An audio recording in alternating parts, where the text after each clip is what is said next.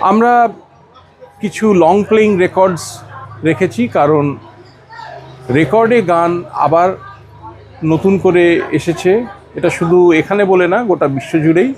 এবং আমরা আমাদের কিছু পপুলার অ্যালবামস নতুন করে রিপ্রিন্ট করেছি সলিল চৌধুরীর সুর, আর.ডি. বর্মনের সুরের।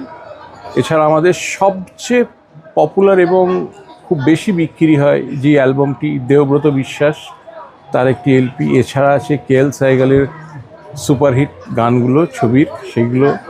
কিশোর কুমার তো অবশ্যই, তার একটা রেকর্ড এখানে রেখেছি। এছাড়া আছে আমাদের কিছু ইপি রেকর্ডস, সেখানেও সেই একই কিশোর কুমার, লতা মঙ্গেশকর, আশা ভোসলে, এদের ইপি রেকর্ডসগুলো রয়েছে।